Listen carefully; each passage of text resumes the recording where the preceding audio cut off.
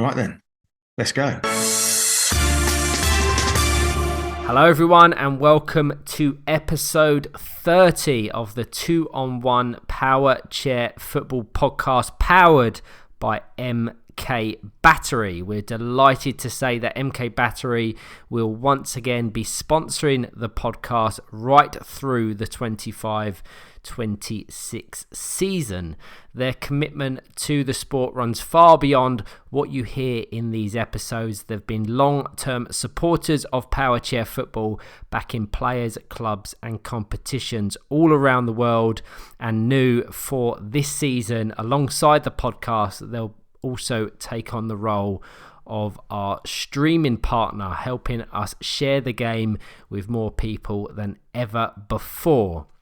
Now, onto today's episode. At the time of recording this, we are exactly 2 weeks away from the commencement of the 2025 EPFA Nations Cup in Lignano Sabbiadoro, Italy, where 10 nations will come together for 6 days of action, 29 games of football, and ultimately the crowning of a European champion. To help me preview it all, I'm joined by someone who knows exactly what it takes to win this competition. He was part of the England squad that lifted the European Championship at the last Nations Cup in 2019, and in a couple of weeks' time he'll be alongside me on commentary for every single game of this year's tournament. Gregg Baxter, welcome. How are you?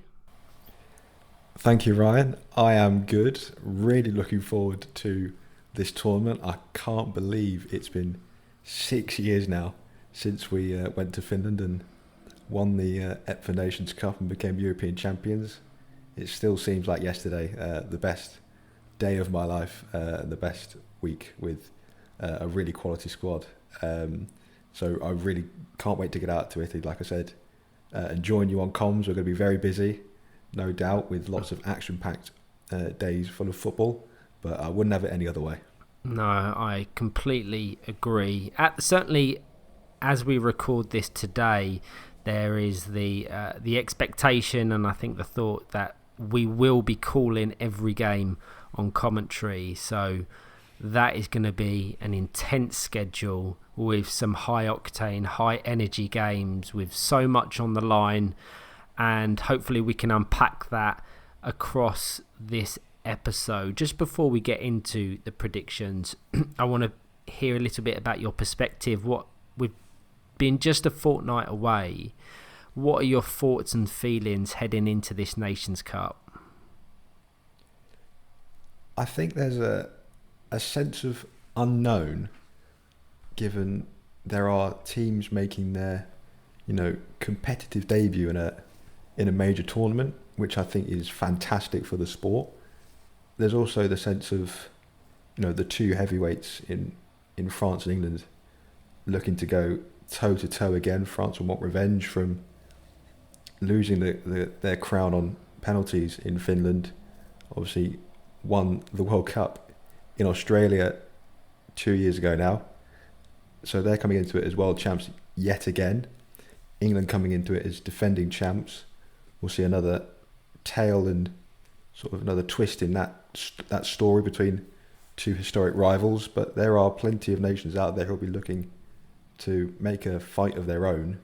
And I think, like I said, it's that unknown of, you never know quite what is going to happen in Powerchair football, which is why we all love it. And I think there's plenty of questions to be asked, and they will be answered over the coming weeks as we get into the tournament. You have a close connection with this England squad, and certainly have done so in the build-up. We record this, check my calendar, Friday the 5th of September, and following the conclusion of this episode, you're off to St George's Park to support the final training camp ahead of them travelling to Italy. And you've been a part of that England development squad that's supported several over the last 2 or 3 months. How has it been spending time with the group, and how is it seeing preparations from that angle? A development player now supporting them ahead of this competition? It's always an honour to go down to St George's Park and, pull on the England kit and support the lads. There's a great group of 8 going out.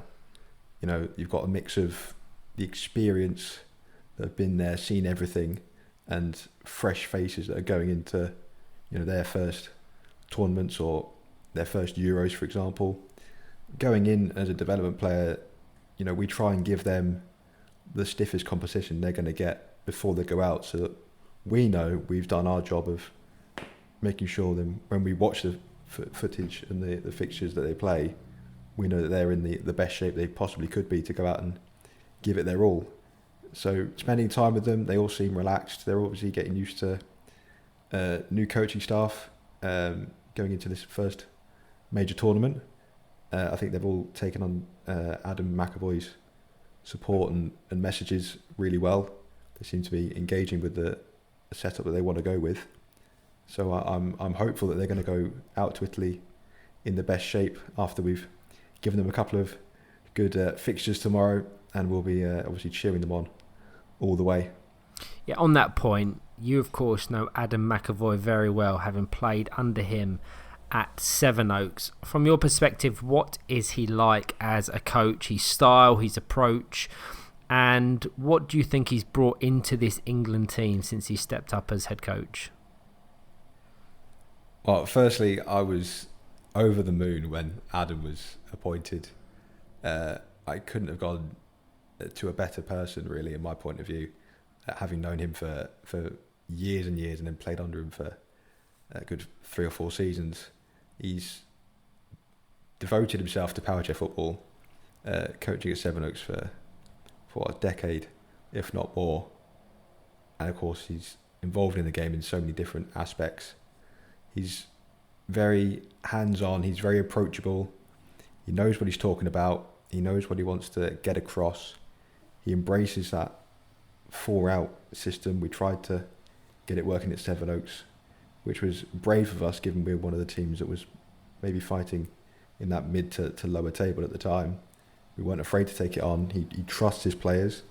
He says, it's okay, you're going to make mistakes, but it's how you learn from them and how you react, and as long as you're trying to do the right things and trying to implement the style he wants to play, he will back you all the way. I think I've seen, from the England point of view, going as a development player, a switch to a sort of, yes, playing 4 out is great, but can we have a plan B? Is there a way we can use set pieces more? Not to give anything away to anyone else listening, but can we find other ways to break teams down? If they're going to sit back and say, well, we know you're going to play 4 out, we're just going to park the bus and defend and try and hit you on the counter-attack, can we add another string to our bow? Can we add another weapon? Make them worry about us at set pieces, which maybe takes their eye off the defending we do when we play 4 out. So I think he's come up with a fresh perspective.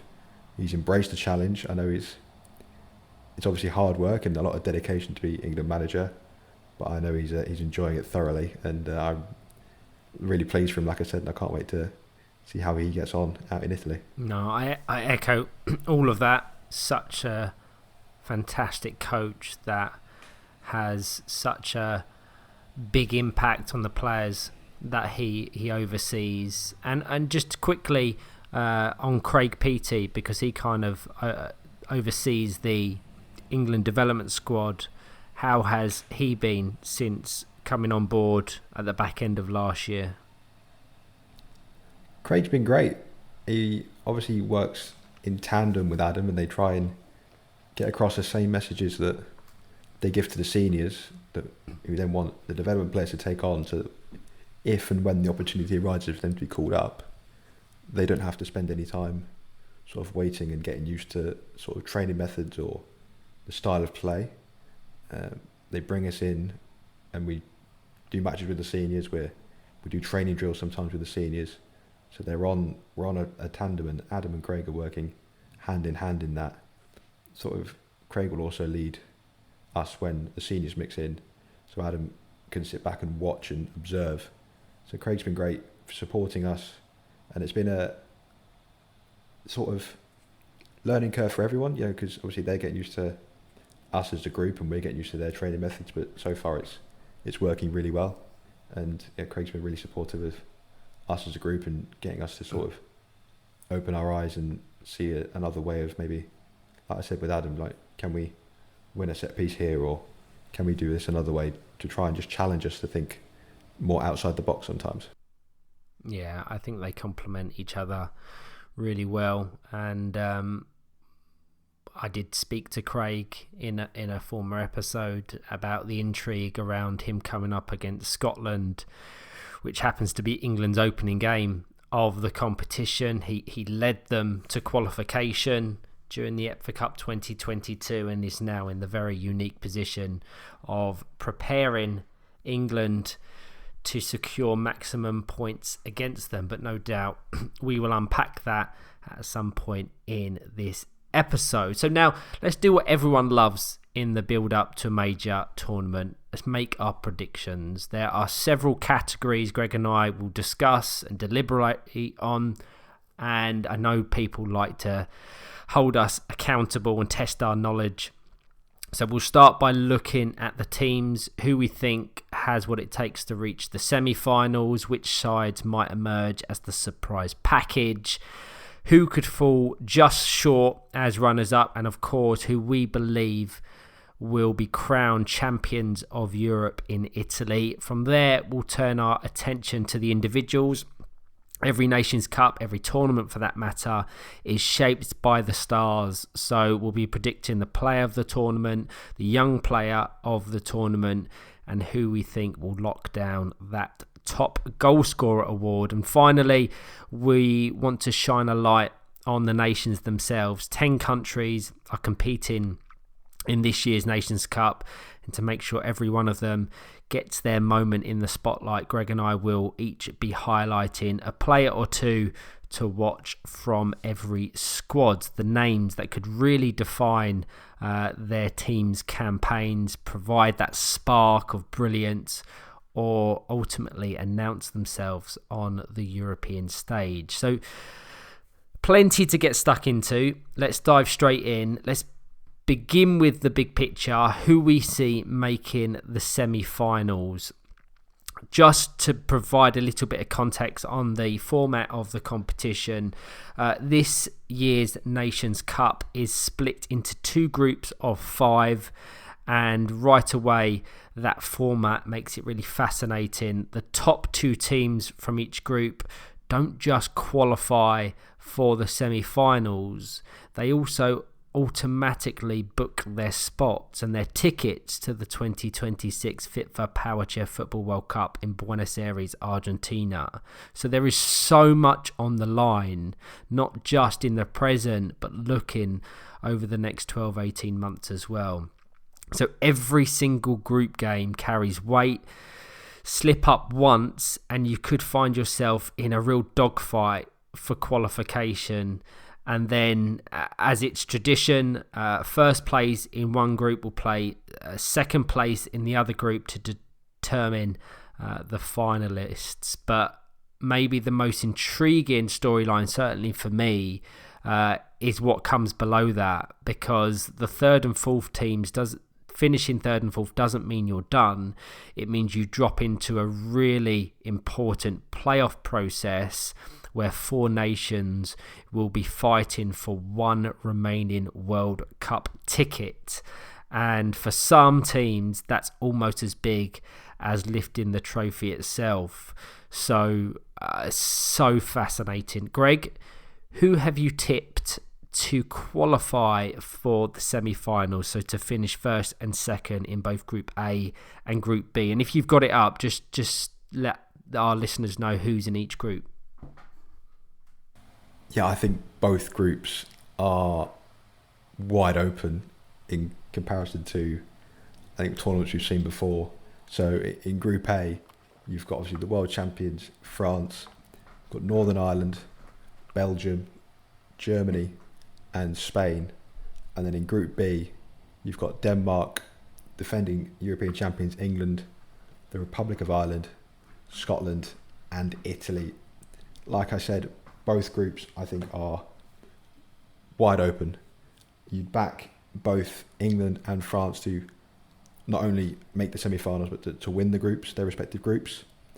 But it's anyone's guess, I think, and you could make arguments for a number of teams making that second place and becoming the team in the semi-final.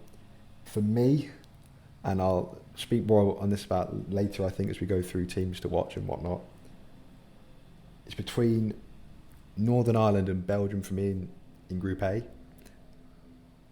I've given the nod to Belgium. They're my team to watch, not to spoil it later on, but I really fancy Belgium as a nation developing.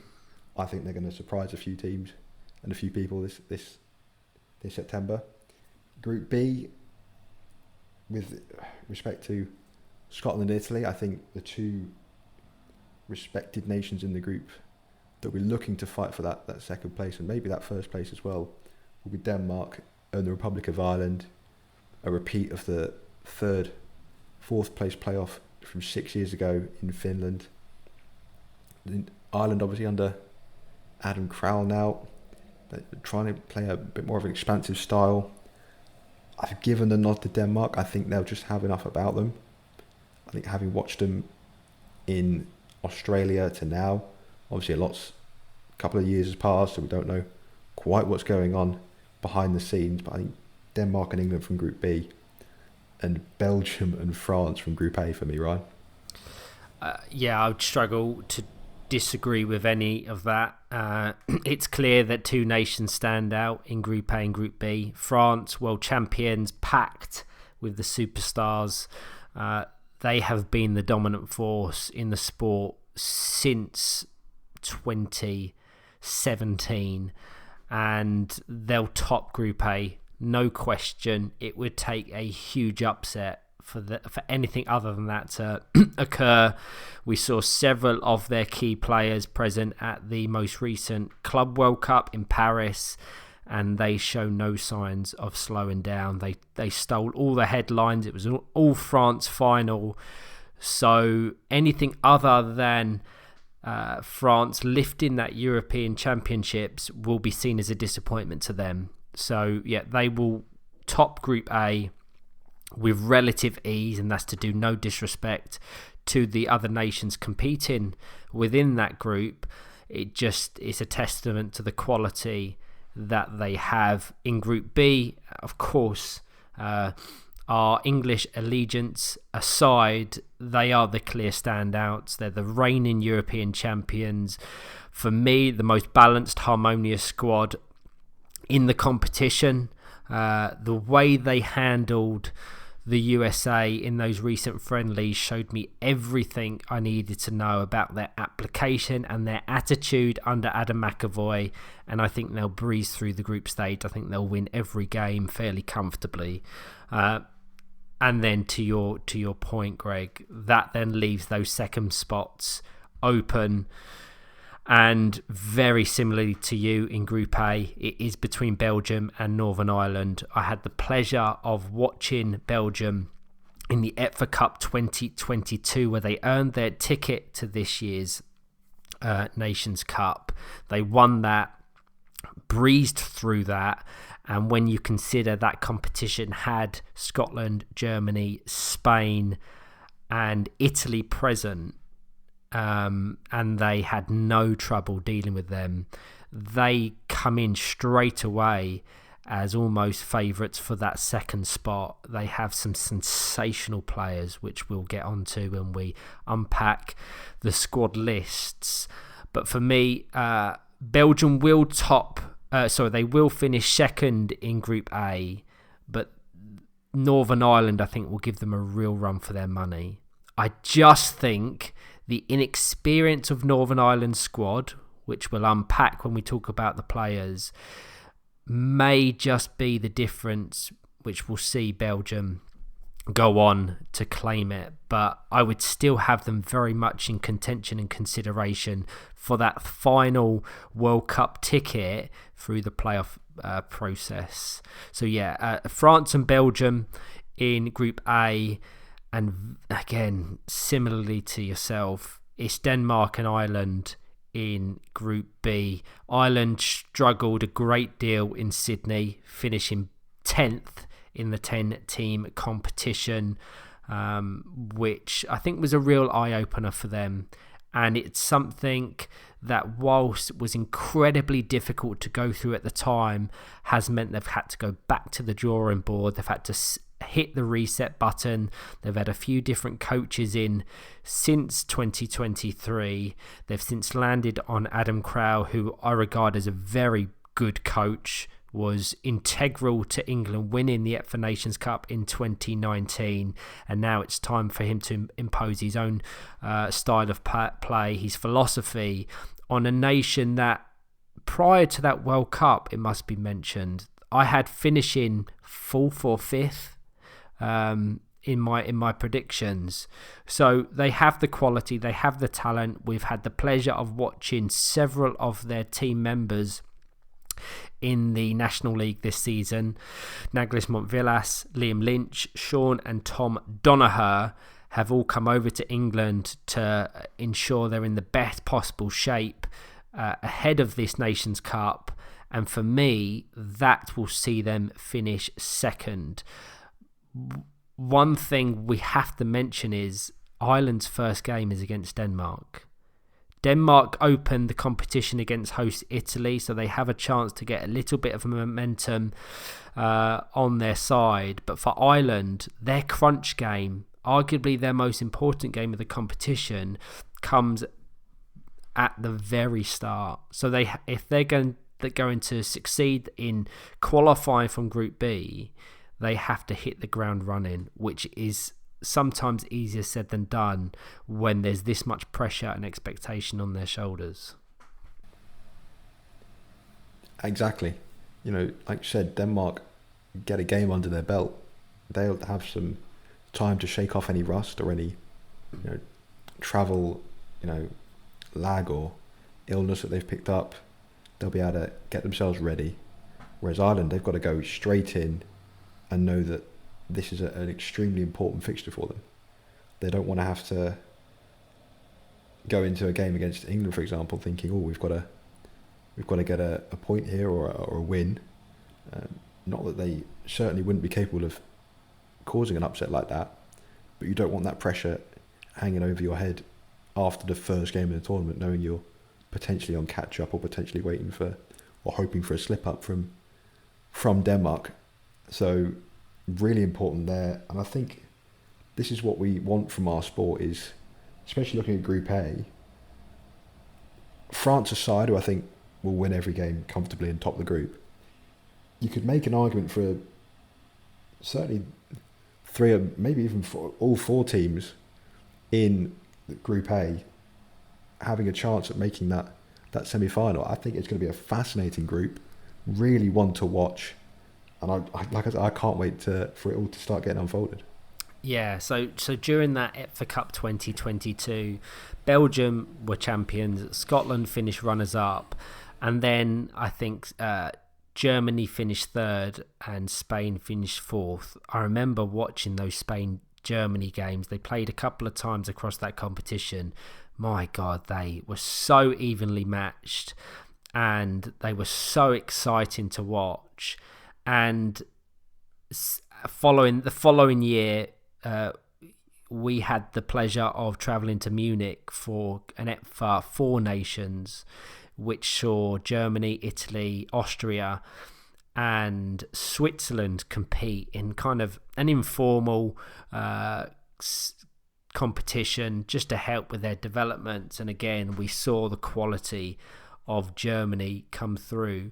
So it's just how they've developed over the last 2 years away from the exposure of those big competitions. But whilst we're saying that France and England will seamlessly qualify, and we're tipping Belgium, Denmark and Ireland to do so as runners-up, this is international football. This is where people can make a name for themselves. If I reference the most recent World Cup, I don't think anyone expected Argentina to achieve what they did and impress as they did.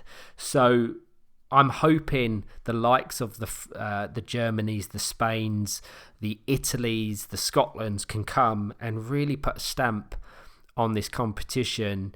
And in a way, I want to be proved wrong on these predictions, because you have predicted such. I have followed suit, and I'm sure if you asked 100 people in and around the Powerchair football community, they would all pretty much align with the expectations of France, of England, of Denmark, of Belgium. So I want to be proven wrong. I want there to be a surprise package, someone that we didn't expect to perform to a certain level, and then they just exceed all expectation. On that, let's go on to surprise package. So a team that may not have a great deal of expectation or awareness around what they've achieved as a nation, but one that we think, having been close to these nations on the international stage, may surprise a lot of people. I think when I looked at this category, I looked at the teams, the two teams in each group that I expected to, or predict to fall just short of the sort of qualifying mark. So in Group B, that would be Scotland and Italy, and in Group A, I've got it down as Germany and Spain. For me, the surprise package, I think, is going to be Germany. That's who I've tipped to be the surprise. I think that they've gone quietly under the radar. We had the pleasure of, like you say, watching them in Munich 2 years ago, and I was thoroughly impressed with how they went about their style of football, how they wanted to play, having never seen them play football before. I've seen a few of their teams play in Geneva the last couple of years, and again, they look to pass the ball. They look to pass the ball well. They want to play an expansive style of football. Obviously, I don't know how that's come together as a national side behind the scenes, which is part of the fun of the sport, a part of what we make these predictions for. But I think for me, they could be the team that just upset the sort of rustlings in Group A and could potentially jostle with a Belgium and a Northern Ireland for that second semi-final spot, or failing that, the final spot in Argentina. I completely agree. I have Germany as well. Looking at their squad list, I can see that several of their players were present in the EPFA Cup 22 and the EPFA 4 Nations in 23, and hoping that they've continued that really positive trajectory and development, they will be the surprise package. That we will highlight certain players to watch, but for the majority of the listeners of this podcast, I don't think many of them would have watched Germany or really be familiar with where they are at their stage of their development. What is really interesting is Scotland, Italy, Spain and Germany all started their international journey at a very similar time. They've only really been formed as nations over the last, I want to say, 3 or 4 years. And the meteoric rise of some of them has been really impressive. The fact that you can go from not even having a national team to competing at a EPFA Nations Cup in just 4 years' time shows the work that's being done in these respective countries. So Germany, yes, I agree, very talented squad that gel together, that look to play a really positive form of football, as you've already alluded to. I've also got here Northern Ireland, and whilst people will be fairly familiar with Northern Ireland, they're a close rival of England, who come up against them every year in the home nations. They were present at the Sydney World Cup. I think it's a very different looking team. There is still a core of squad members that have been present across those competitions, but 3 players in particular that I think could really shift that dial and the level of quality in Ethan McCabe, Kyle Forster and Ruben Walls. I think we could see them be a real surprise package, but the talent across the competition is pretty outstanding, and I wouldn't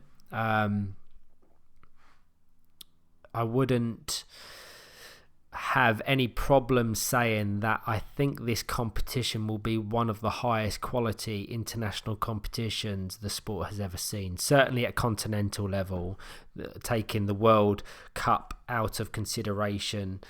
And I think it provides an incredible opportunity for these young players to get that real level of exposure and take the headlines. So Germany and Northern Ireland as surprise packages for me. I think I'd just say it's a compliment to Northern Ireland for me that I didn't even consider them for a surprise package team. I just sort of went with them as we saw what we saw in Sydney 2 years ago and was thoroughly impressed, and I thought, you know what, they don't even make the sort of threshold for surprise package because I not have a level of expectation, but I know what I'm going to get from Northern Ireland. I think that they can compete already, whereas so for me not considering them for that was more of a compliment to them, I think, than a negative. No, of course. The problem with Northern Ireland is, and it probably plays into that thought process, is they were present at the Sydney World Cup. So there probably is that expectation for them to secure qualification for Argentina, which will of course be a lot easier said than done. But I think other nations will see where they are at their stage of development and see it as an opportunity to really dethrone one of the world's top countries. To be present at a World Cup is no mean feat, as we will most definitely see at this competition. And to reiterate, the top 2 in each group automatically qualify. The moment you're confirmed as the first or second place finisher in Group A or Group B, you are on the plane to Argentina. You are going to Buenos Aires. And then I think we're going to see a real shift around the competition as a whole, where there's four nations competing for one last spot. So the energy and the quality has to really ramp up from there. And that's almost where the competition will start for a lot of nations, because whilst a lot of them will be very ambitious, they will also be realistic to know that they won't have what it takes to go and lift the ultimate honours. I think that's up to one of 4 teams. If you're one of the other 6 nations, put the World Cup in Buenos Aires in your sight as the thing you want to achieve, because it's very accomplishable if you apply yourself and you get the right results in the group stage. I think for those teams, you've got to not completely rule yourself out of winning, because you never know what's going to happen in football. Certainly wouldn't tell the Leicester side that won the Premier League, nearly 10 years ago now. Wow. Don't focus on winning the league. But almost use their first couple of games or your group games to play yourselves into form for when it starts to get really serious for you as a nation and where you are and what you want to achieve.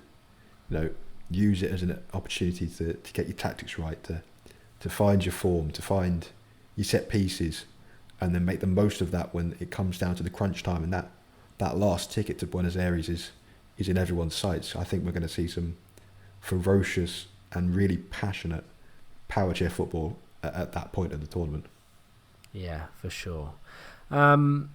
let's now go on to game of the tournament. When I say game of the tournament, obviously we have the confirmed group stage, so let's confine it to that specifically. Games that Greg and I would encourage our listeners to really focus on and really make the time to watch, because they could be real firecrackers.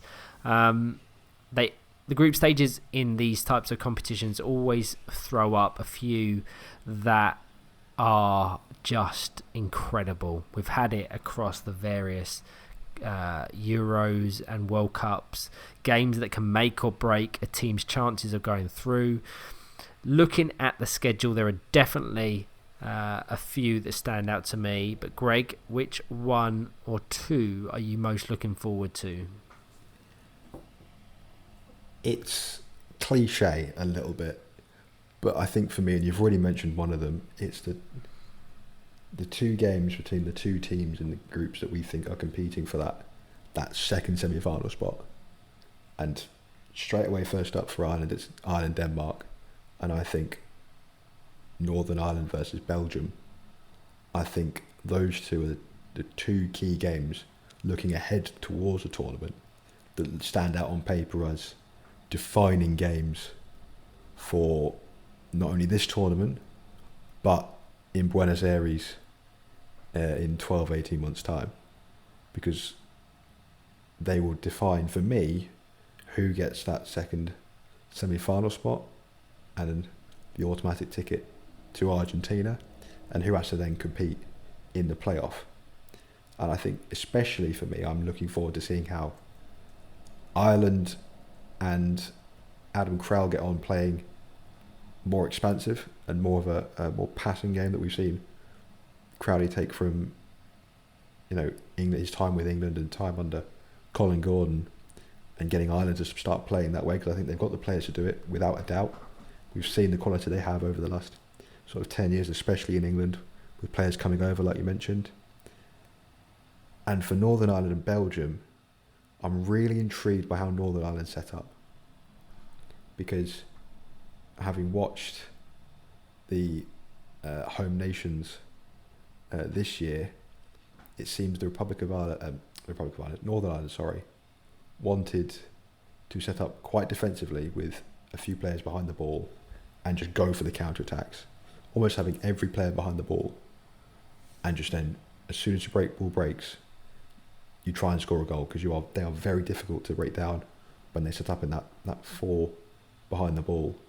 Counteract that with Belgium, who want to play a fast, expansive, they're very close with France, and a lot of their players play in France, so they're used to that passing style of play. The clash of those two styles, I think, is going to be fascinating for the tournament. Yeah, as I mentioned a few minutes ago, I think we will agree on several of these categories, as will a lot of our viewers and listeners. Of course, Ireland-Denmark, big one, Saturday, 20th of September, 2:45 kickoff, Central European summertime. So make the necessary adjustments for where you are. And then Sunday, the 21st of September, Northern Ireland versus Belgium. I think that could be a great one. I do think Belgium have the experience, they have the quality to get past Northern Ireland, but I hope that lack of experience from Northern Ireland in terms of their players and competing at this level, I'm proven wrong, because I know they have the quality, but how that then translates to success is a difficult dilemma. So I have selected those two as well, but I want to give a mention to two others. Spain versus Germany. Every time that I've watched them face off against each other, it has been full of drama, full of energy, full of quality, and I think that could be a real great game in Group A. And I have also selected Scotland versus Italy. Now, it's a difficult one with Scotland, because the squad that secured them qualification to this competition has changed significantly to the one that will compete in Italy. They have sadly seen the passing of some key players in Logan Mitchelson and Colin Shields, and I think they'll find it really challenging. But I think Italy are at a very similar level in terms of their development, in terms of their player ability, player quality, and that could be a real fantastic opportunity for either one of those sides to get a win in the group stage. So Scotland versus Italy and Spain versus Germany would be two other picks that I would encourage our listeners to keep an eye out for. And I'd say Scotland versus Italy is going to be a battle between arguably two of the most passionate teams at the tournament. And I'd say tune in to the opening fixture, Denmark and Italy. Italy opening up the tournament on home soil. You know how passionate Italians are about their sport and their homeland. I think they're going to bring a real fire to this tournament. I completely agree. I mean, watching them in Geneva, they brought some incredible support. The selection and the wide range of instruments that they bring to make as much noise as possible is so impressive. The best that I've seen as a commentator, and no doubt being on home soil with home support, they will bring the noise, and that will almost be like a fifth player for Italy. Scotland, similarly, I think I would say their passion is applied in a different way, in terms of they will do anything for that crest, for that flag, and I think it'll be perfectly epitomised if we do national anthems. You watch them belt out that national anthem and put everything into it, and I think that Scotland-Italy game, which is actually the final group game of the whole competition, on Monday the 22nd at 6:15. So we have a little bit of time and a lot of football to get through before we get to that. So I hope they're still at a very similar level by the time that fixture comes along, and their passion, their determination and their energy hasn't dwindled by the time we get there, because I have no doubt that the group stages will almost certainly be decided by that point. Speaking of national anthems, I said this in Munich 2 years ago. I cannot wait for the Italian one, especially on Italian soil. Yeah. I'm getting goosebumps already, Ryan. Yeah, absolutely. Obviously, we're going to be the commentators. I have to just do a little bit of work and due diligence with the organising committee to make sure that copyright is taken into consideration, because I know when we've done international competitions in the past, we've had to cut out the audio for the national anthems due to that copyright infringement. But if we can have it, it will be fantastic, because you will hear that passion, you will feel that passion no matter where you are watching around the world. So, but just generally speaking, obviously we've highlighted a few games to watch. There is not many I'm not looking forward to. I think every one of them carries a little bit of intrigue. I never necessarily like the games that are very one-sided.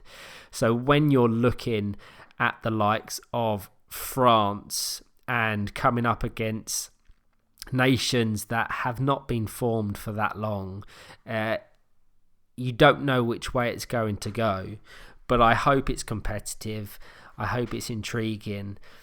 And if it is true that we're going to be commentating every game, it gives us such a fantastic opportunity to just get into every single fixture, every moment, and that will help build the picture, and hopefully we can bring a little bit of awareness to some of their squad and their squad members.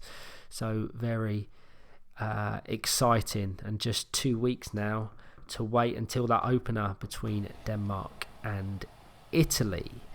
We'll be due a very good rest afterwards, Ryan, won't we? Yeah, because I think between obviously the opening day has just 2 fixtures following that opening ceremony, and then beyond that I think is 5 or 6 games a day with very little rest in between. And I know we want to try, if and where possible, to record daily episodes of this podcast to update our listeners on things that are happening behind the scenes, preview and recap upcoming fixtures and the action. So yeah, it will be a very draining week, but we would have it no other way, Greg. I was going to say that in no way is that a complaint. I'm thoroughly looking forward to it. Like I said, wouldn't have it any other way. Bring it on, can't wait. So let's get on to the runners-up and the winners. It's always tricky because we'll start with the runners-up. You can give me your rationale, your thought process behind that, but obviously you're basically saying a team will be good enough to reach the final but not quite be able to take that final step. And it's not often about what they do wrong. Sometimes it's just about what the winning team does right, being a little bit sharper, a little bit hungrier, and a little bit more prepared. And then, as we've seen in competitions in the past, luck plays a huge role when teams are so similarly matched. So, Greg, give me your runners-up to begin with. Put my money where my mouth is. I've been umming and ahhing about this for a good few weeks, so that it may change between here and Italy. I go back and forth daily, I think, on this. It pains me to say this. I've got England as my runners-up. I think, in my eyes, there's going to be another France-England final. I'm all for a shock. I'm all for an upset. Bring it on. For me, they are just obviously the two standout elite teams at this tournament. They're in separate groups, so obviously they won't necessarily struggle to get through, you'd think, the group stage, finish top of the group in their respective groups. Obviously, if one of them slips up and they finish second and one finishes first, then my prediction goes straight out the window because they'll meet in the semi-final. But for me, England are going to be my semi-finalists. My semi-finalists, my finalists, and my runners-up. I just think they've got a squad that has been there, done it. They're defending champions. They will not want to give up that crown without one heck of a fight. I just think France, who, spoiler, will be my eventual winners. Unpack that for me. Why France? Why will they go on to dethrone England? It really hurts me to say this, Ryan. You know, I feel just feel it in my heart right now. It's been a real head versus heart decision. I want the boys to go out there and defend our crown. I just think you look at that Club World Cup from Paris, and you look at that all French final. The quality on display from both sides was just extraordinary. They could play either style of the game. They could dribble really, really well, just exceptionally. But when they pass the ball, my word, the ball just flies about the court. And I think when they get it right, no one can get near it for me. They are just, especially when you have those two of Momo Galami and Brian Weiss, you just never know what to expect. They could produce magic and something you just can't even fathom to think about. Obviously, England have got a plethora of options and a plethora of magic between them. I mean, Ed Common, John Balding, Chris Gordon, like I said, been there, done that. John Balding, for me, is the GOAT, the greatest of all time. He can help bring this team forward. I just think when France get it right, and they have the form of both the two club sides making the final in Paris, bringing that into Italy, because it was a disappointing sort of competition from an England standpoint I just see them being too much for England. Yeah, I mean, this is a question that I would love to pose to the Powerchair football community, because I think it is that head versus heart dilemma. Certainly if you're quizzing people from England, they will want England to win. They will see that they have a fantastic opportunity to get there. But France have been the benchmark for so long now. I mean, for me, I'll go through my rationale now. I think France will be the runners-up, and I want to be really clear here. This isn't about what they'll do wrong, because I think they'll do a lot right. I've already said I think they will absolutely breeze through the group and their respective semi-final. They're the reigning world champions, and when you look at that squad, it is stacked with talent. You've mentioned the Club World Cup. I had the pleasure of watching every second of that competition in an all-France final, which culminated in that moment of magic for Momo Galame.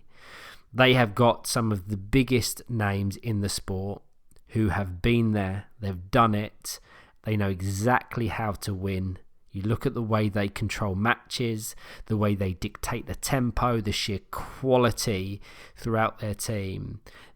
There's a reason why they've been that benchmark in World Powerchair football for so long. They always seem to find a way of getting through those difficult moments, and that resilience is why I've got them going all the way to the final again. But for me, this isn't about France coming up short. It's about the team they'll meet in the final doing just that little bit more. And my heart and my head are both aligned on England being crowned 2 times European champions. And what excites me about this England team is the balance. You've got the experience of the players like Chris Gordon, John Balding, Marcus Harrison, Ed Common, guys who have been there in the biggest games. They know how to handle the pressure. They comprise the core of the squad in 2019. But what excites me more is the new generation coming through. The likes of the Dylan Kelsells, the Dan McClellans, the Tyler Reeves, the Ethan Fishers. They bring energy, they bring fearlessness, they have a point to prove. And it's that mix that makes England such a dangerous proposition. I said at the top, I think they're the most balanced, they're the most harmonious squad in the competition. I'll go one step further to say that I think it's the most balanced, the most harmonious the England squad specifically has ever been. And I think a big factor in that harmony is Adam McAvoy. He has done such a brilliant job since coming in as head coach. He's created an environment where everyone is pulling in the same direction, and you can really see that on the court. You have had the pleasure of being very close with that England squad. You're shortly off to St George's Park, where no doubt I think there'll be a little bit of a shift. I think there'll be a few nerves that come into play, but I think their group stage allows them that little bit of slack to do none of the other nations a disservice or disrespect. I just think their quality is so great. I think we'll see them rotate a lot to get really valuable minutes in the squad as a whole. And I think that will see them build as the competition goes on. And it's about the collective now, about how well drilled they are and how they trust each other in every moment of the game. I think they are peaking at just the right time. I've said about the USA games, we saw glimpses of it in the USA friendlies.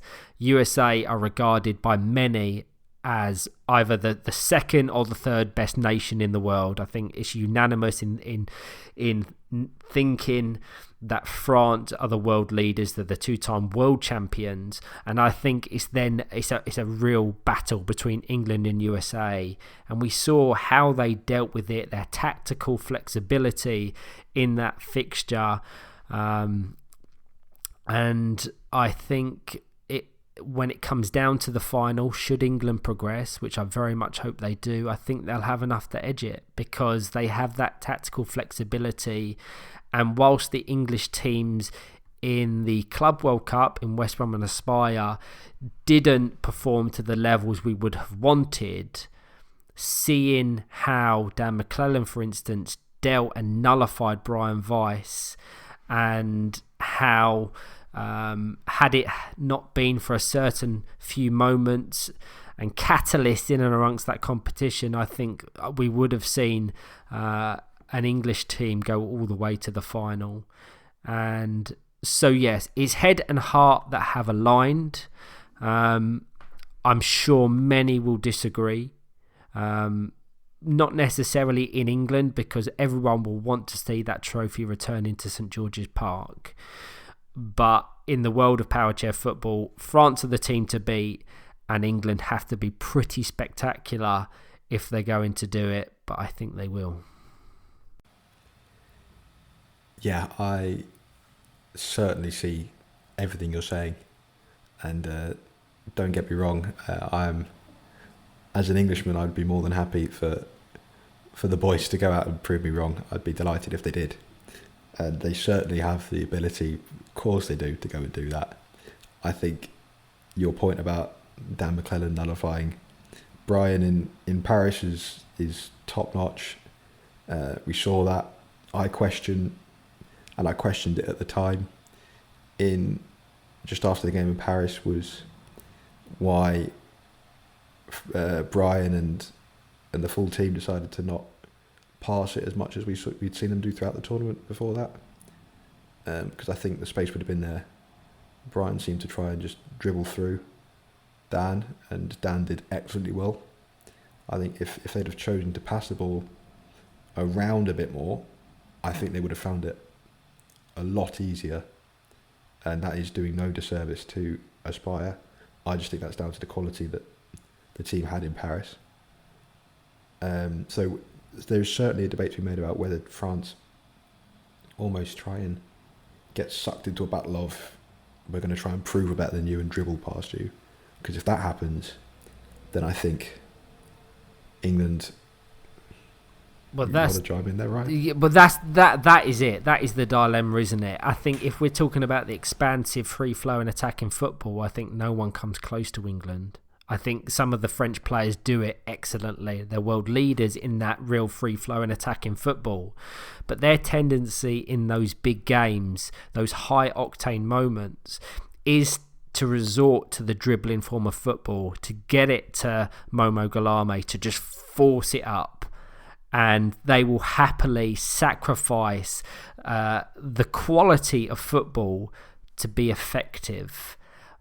And I have no doubt that England have been working on that. They will stick someone in that Momo Galame role. And I think that is why the USA game was so important for their preparations for this competition, because I regard Momo Galame and Riley Johnson as very similar players. They can play the expansive football, but they can also be that real nuisance, that real disruptor, that dribbler.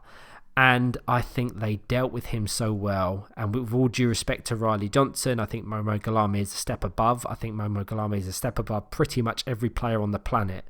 So it's always hard to replicate what he provides and what he does for that nation. But I think England are becoming a little bit more wise to it the more they play France.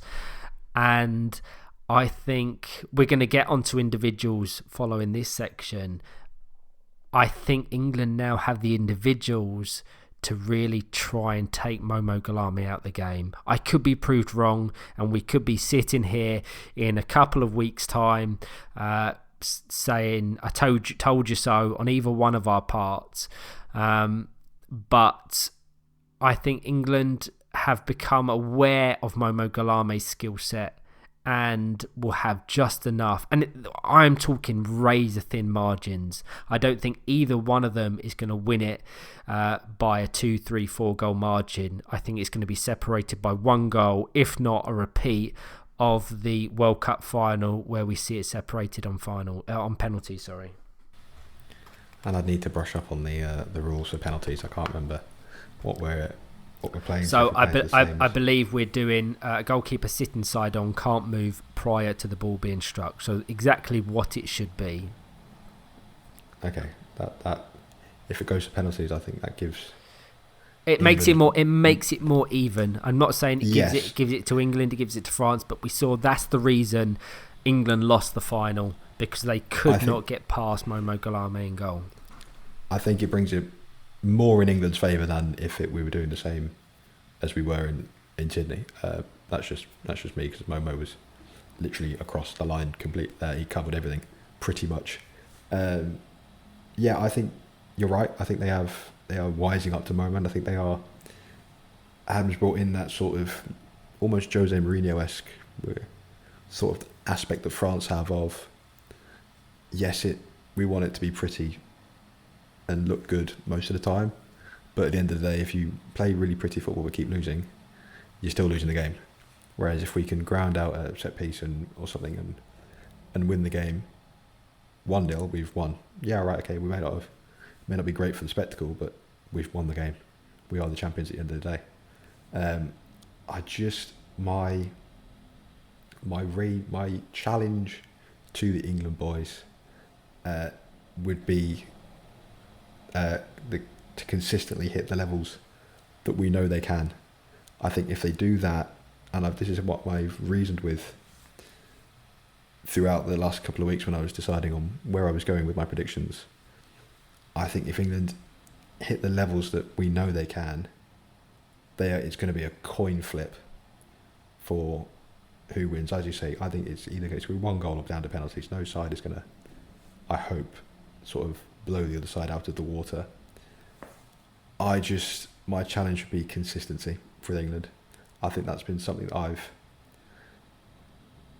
taken away from development camps and the games we've played against them. Is we're as a development squad, we're a good group. I mean, the players in that group are some of the best in England. Your Dan Rigby's, your Lewis Harris's, your Ollie Crawshaw's young, your Matt Gilbert's.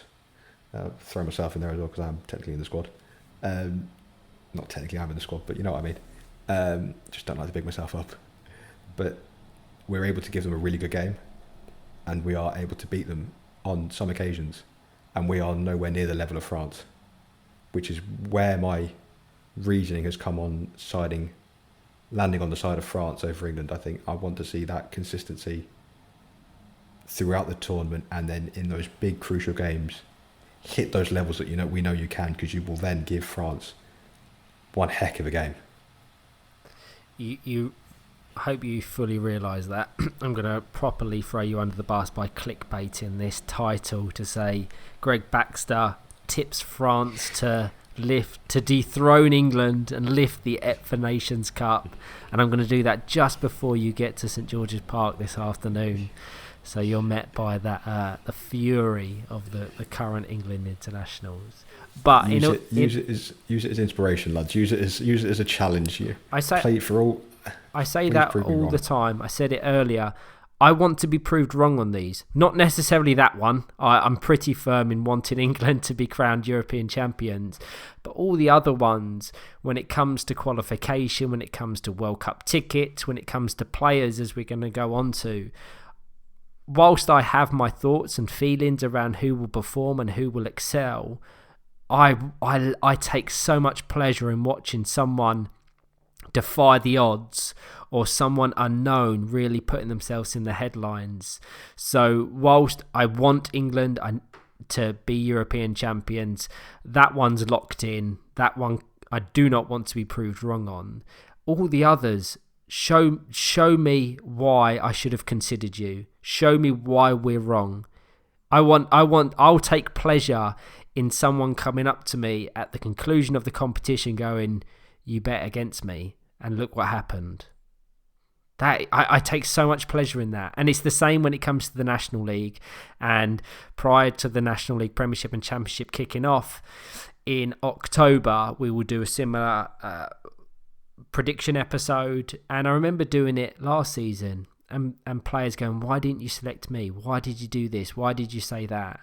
And it creates so much conversation around the football, which is ultimately what helps it grow in its awareness. And I'd encourage anyone else to follow this podcast episode along and make your own predictions, put them in the comment sections, message myself or Greg, so we can kind of deliberate at the conclusion and see who was most accurate.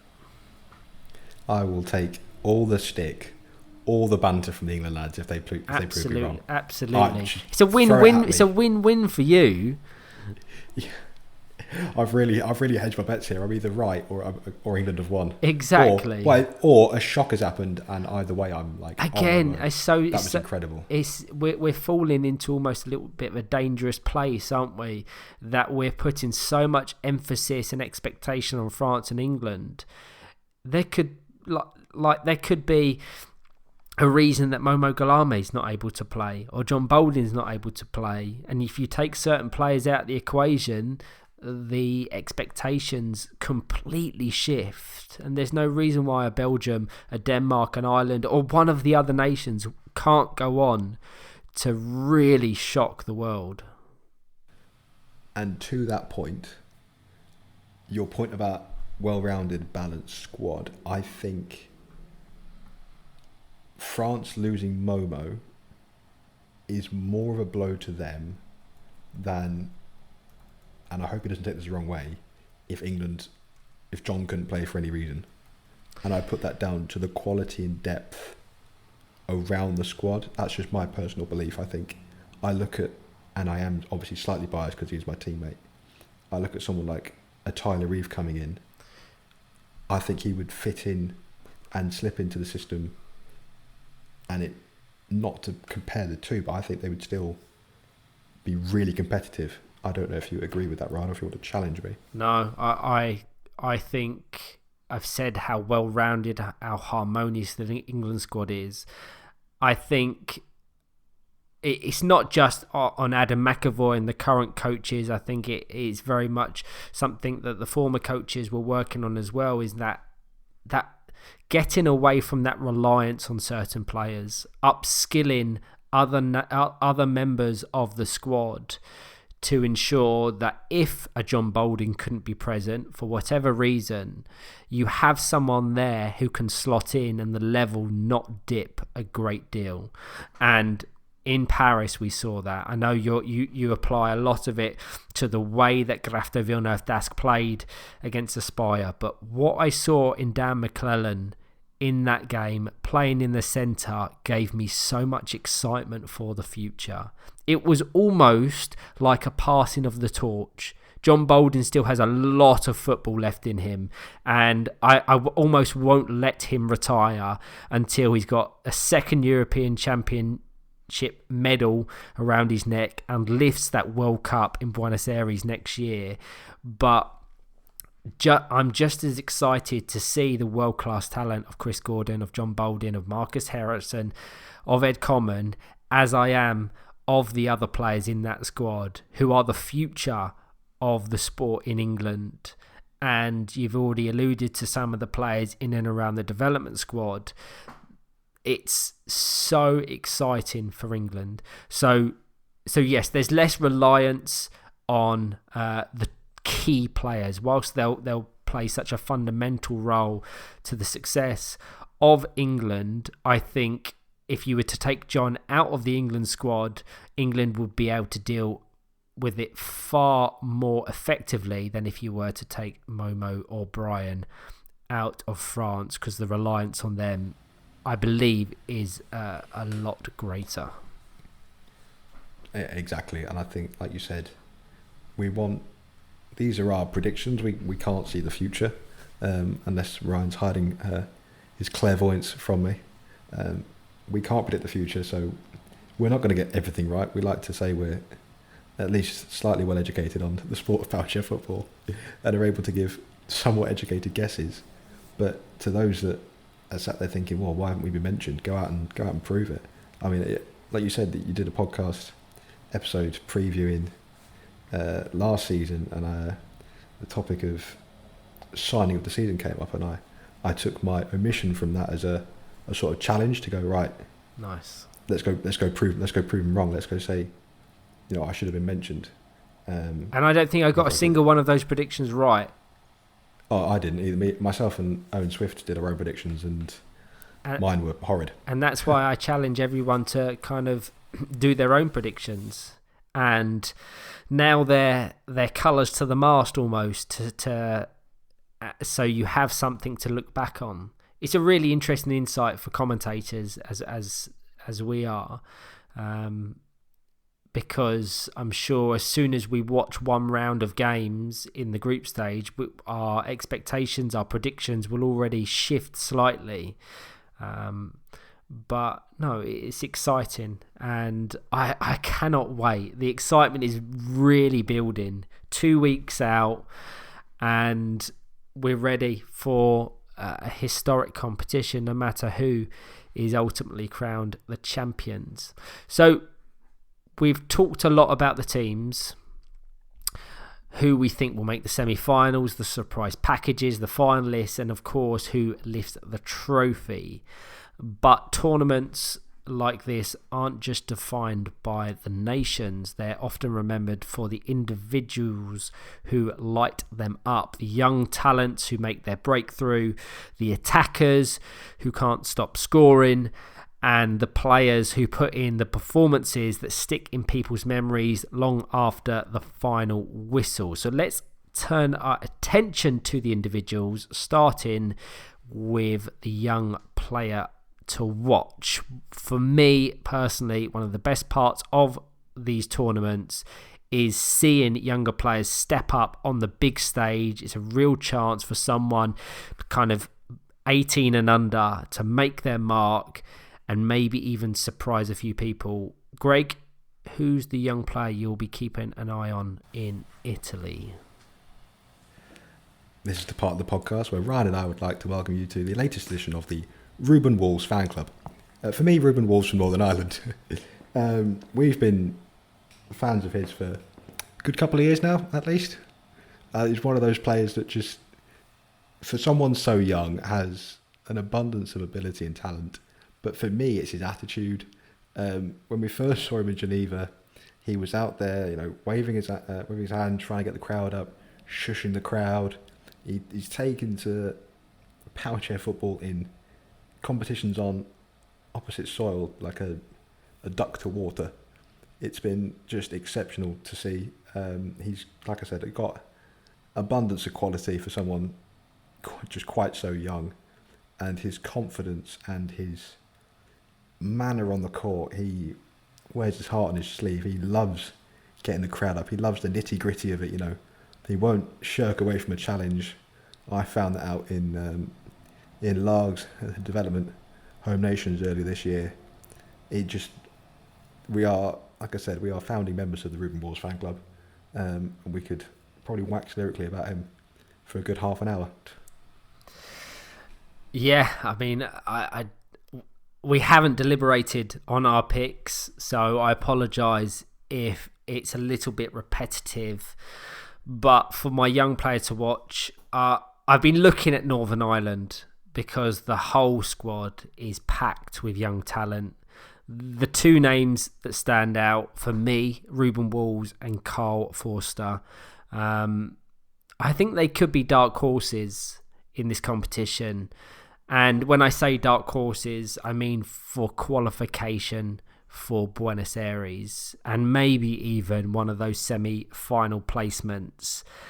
So much of that comes down to how their young players handle the occasion, as we've already discussed. This is the first major tournament for 3 or 4 of their squad members, and that brings a lot of the unknown. What I will say is, in 2, 3, maybe even 4 years' time, I have no doubt Northern Ireland will be a serious challenger on the international stage.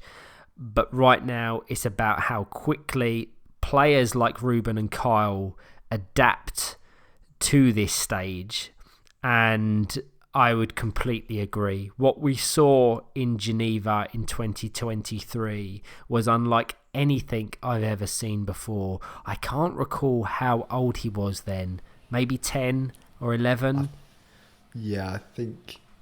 What was that? Yeah, he was 10, because I remember we were both Chelsea fans, and he was telling me that he wasn't born when we won the Champions League the first time round in 2012, which made me feel incredibly old. This young man is one of the most impressive individuals I have ever met. And I'm not just talking about the quality of his football, his character, his leadership, his application, his passion is unlike anything I have ever seen before. And I really hope he is able to replicate that in Italy.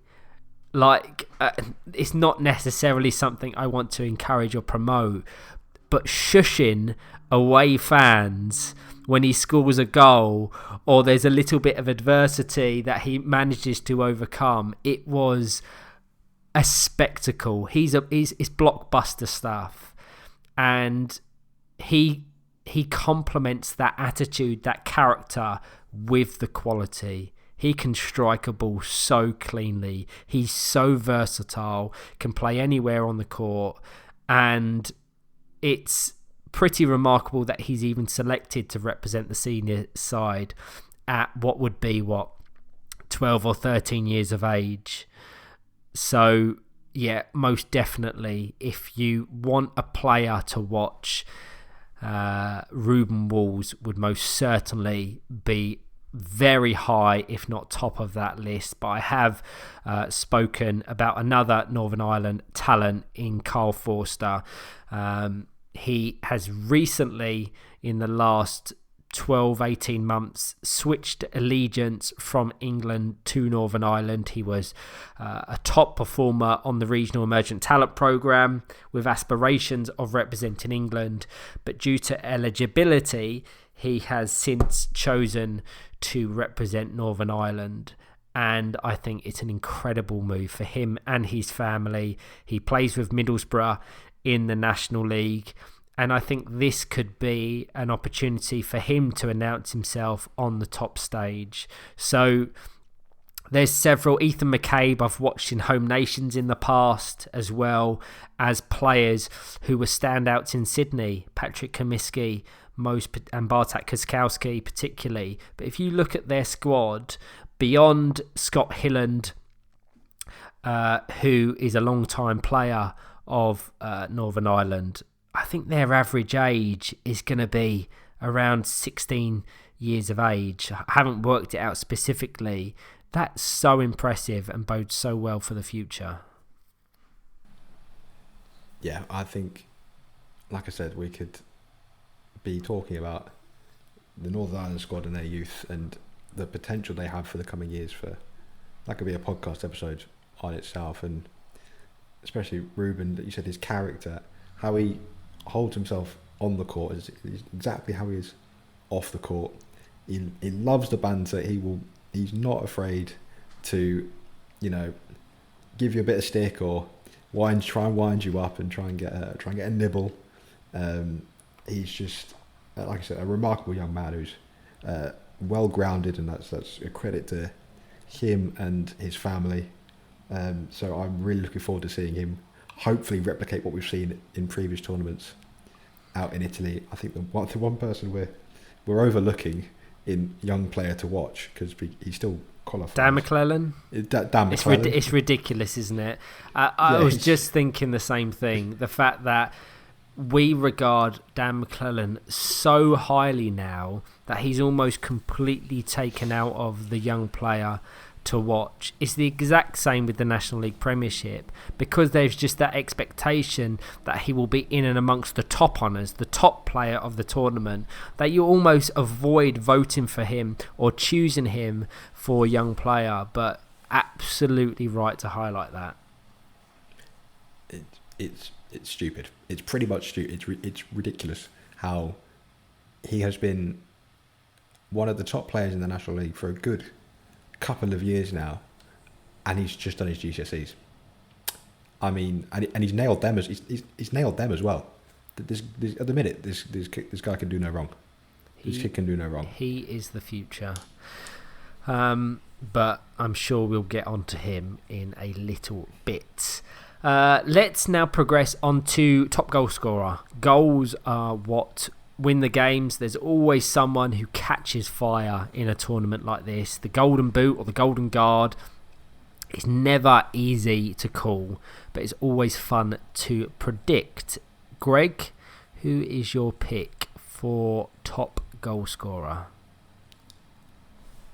I'm looking at sort of, you think that with no disrespect to some of the teams in the group stage, that there may be some high scoring affairs, potentially when, you know, teams such as France and England take on teams that are newer to the international scene. So you're looking at players from those two. Firstly, so I've got Morgan Lafont from France, and I've gone Ed Common from England. Again, I've got my T side by slightly, having now played with him. But I just look at those two as players that can rack up the goals. They are two players that I think, especially with Morgan Lafont, we saw in Paris just how well he played with Momo, sort of complementing him really well, almost vying with Momo for that sort of spotlight moment. I think at times there were maybe moments where he outperformed Momo, which is not often something you can say. And I mean, what can you say about Ed Common that hasn't already been said? He is just a magician, a maestro. He can do things with a football that can leave you, and leave even the best players, as John Boulder will attest to from our game last season, that will just leave you thinking, how on earth has he done that? It's a pleasure to play with, and one that I think will certainly help England if they are going to win it, as you suggest. He will be right at the forefront in that. I don't disagree with that on Ed Common. I think he will be very integral to any/all success that England have, but I think we will see England rotate fairly heavily, certainly in the group stages, which will limit the consistency of minutes for players such as Ed when they've got an abundance of attacking players. So whilst I don't doubt his impact, his quality, I just think that because we will see England rotate, he won't maybe get as many goals as others. My pick for top goal scorer, probably unsurprisingly, is Momo Galame. He just seems to come alive in these competitions. I expect him to make a real statement of intent right from the group stage, and I wouldn't be surprised if he's into double digits by the time the semi-finals come along. We saw the impact he had in Paris at the Club World Cup. He was incredible. He was sharp, he was clinical, he was ready to step up on the big stage. He looks focused and raring to go, and I think he'll once again, as he always does, show why he's one of, if not the most dangerous player in the world of Powerchair football. So Momo Galame is my pick. I'll also give honourable mentions to a few others. I've selected Dan McClellan as an honourable mention. I think if it was guaranteed that he would play every minute of football, as I suspect Momo Galame will, or the majority of France minutes, Dan will be right up there, as would Ed. I think it's between those two. I think I need to understand the classification of certain players, but I'd have Florian Lechantre up there. He is such a poacher, such a dangerous goal threat. He was that in the EPFA Cup 2022 when they qualified for this Nations Cup, but in that Club World Cup he was reclassified from a 2 to a 1, and knowing that one of Belgium's key players in Ilian Genk is also a PF2, I need to understand the dynamics of the squad to see if that impacts Florian's minutes. But he will most definitely notch a few. And then I have Yusuf Ayadzadam, a player who I wasn't overly familiar with prior to that Club World Cup, and was just blown away with his quality, was so close to winning it for Grafto Villeneuve Dask.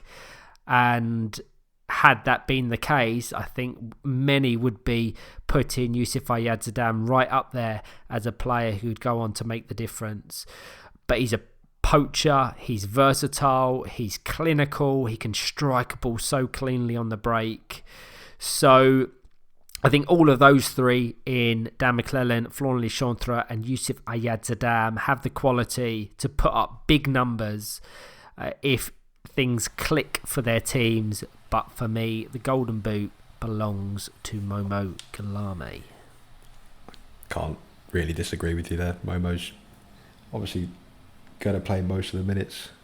I did try and factor in sort of rotation. Yeah. We've sometimes seen, the only reason I stuck with Ed, and this may change with sort of classification and squad rules, but we saw in Scotland, and I don't know how much this will ring true in Italy, is Ed sometimes stayed on but played as the second pivot. So I sort of took that into consideration of he may still be on the pitch just in a different position where a couple of dummies from the first pivot and he'll have an opportunity to strike one, or that was my that's what sort of swayed it for me. But I really wouldn't be surprised if Momo was on it, like you said, at least 10 by game 5. I can't recall exactly how many goals he got in Sydney, but I know he finished top goal scorer and was just absolutely clinical. When he puts on a France shirt, he just seems to come alive. And in terms of the creativity and the goal scoring, he seems to be featured at the top pretty much exclusively on every occasion. So no, it's interesting to see, but I did preface, and I will re-emphasise that I think the majority, if not all of his goals, will come in the group stage, because I think once the semi-finals come around and that ultimate final, hoping it's against England, I think they'll have enough to nullify him. It's a big statement though. Can we clickbait that one and put it at the top as well? I know who will be more popular in and amongst the England squad if we clickbait both of our titles. Yeah, I'm gonna turn up to St George's Park incognito with a mask on and just hi. I have to say, this is with my English hat on. This is the 2-on-1 Powerchair Football Podcast for the WFA. So we're in England, hoping that England, but as soon as we're on the commentary gantry, I will say that I am completely impartial and I'm just there for the football. I mean, if you can commentate on England losing a World Cup final and still remain professional, you can pretty much do anything. So hopefully England do it. But I enjoy watching Momo Galame and Brian Weiss and the France team. They're world champions, 2-time world champions for a reason. And as already mentioned, they have set the benchmark for world Powerchair football, so they're a joy to watch. Yeah, I've said it before and I'll say it again. Look, I obviously hope I'm wrong. I can't sway from that. I'm English after all. I want the lads to defend our crown. I'm trying to almost lay down a challenge and go, look, prove me wrong. Rub it in my face afterwards. Because of course, while you were being professional as ever, commentating on the final, I had my English shirt on in Sydney, screaming from the sideline. There was no. My job was done after that. There was no professionalism from me. I might leave you to commentate on your own for the final, and pack my England top. Anyway, every tournament ends up being remembered for one or two players who really stand out. So let's go on to our player of the tournament.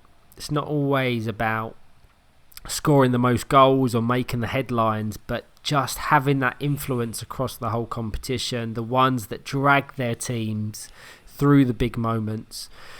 Greg, who do you think could be that player this time around?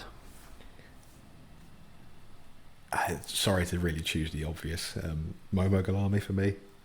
I'm trying to think of other things to say that you haven't already mentioned, but it's going to be impossible because you run out of superlatives to describe him. Like you said, he comes alive when he puts on a France jersey. It just is incredible to watch. As a commentator, you have to remember that you need to speak words to the audience because you're sat there with no words to describe what he's produced and the magic that comes from his bumper at times. He is, alongside Brian Weiss, is the heartbeat of a French team that has won back-to-back World Cups. That is a staggering feat when you look at how the game has progressed and the quality that is across all teams now, especially in Sydney. Like I said, you run out of superlatives. I think he is going to be the player that just everyone wants to watch, and everyone in that France team is going to look to, as I predict they go on to win the tournament. That I'd say an honourable mention for me, if I'm going to put my sort of give it sort of an alternative. I'm looking at, if England are going to win, I think Chris Gordon, I'm pretty certain he won MVP in Paris at the Club World Cup. He did.